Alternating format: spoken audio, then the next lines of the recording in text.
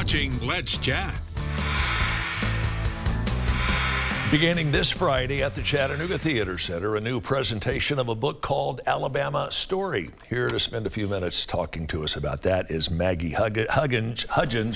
Maggie is one of the actors in this play. Maggie, first of all, thanks so much for joining us. Alabama Story, break it down. What's it all about? So the story is set in 1959 Montgomery, Alabama. And it centers around Emily Reed, who is the state librarian, and she finds herself having to defend the right for a children's book called The Rabbit's Wedding to stay in circulation. And so she's challenged, that right is challenged by the segregationist senator who thinks that the children's book promotes racial integration into racial marriage. So this looks back a lot on our collective racial history. It reflects a lot of the attitudes that some folks have had in this book. Right. Emily, this is a true... And that is your character? Yes. All right.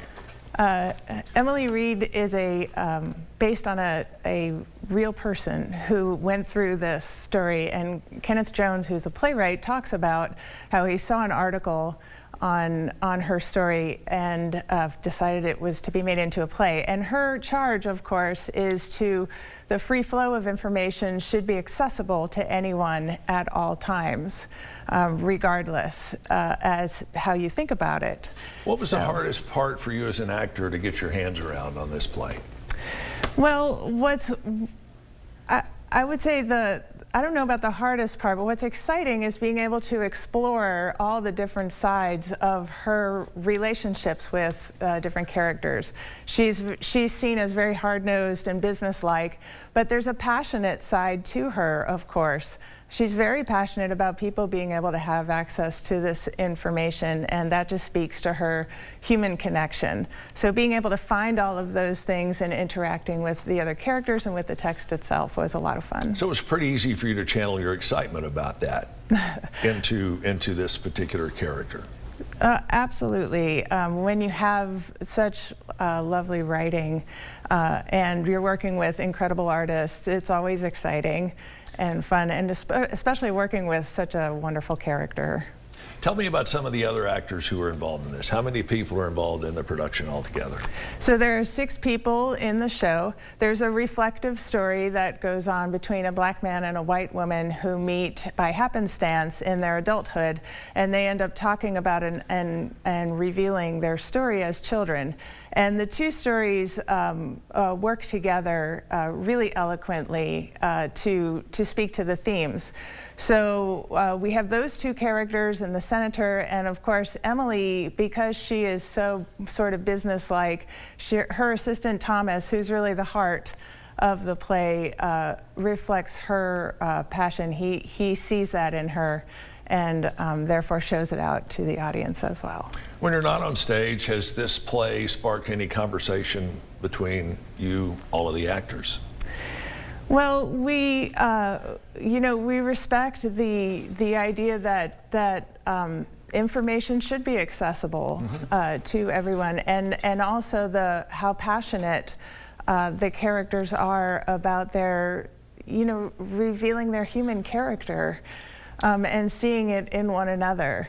And so doing that exploration is always wonderful. And I want to revisit, you said this is based on a real children's book, correct? Mm-hmm. And the name of the book is?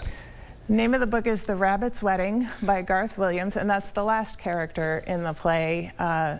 Greg plays Garth Williams and several other characters throughout, and he speaks to the idea that this was just a children's book, and that the idea that he worked with Emily to keep it available to people.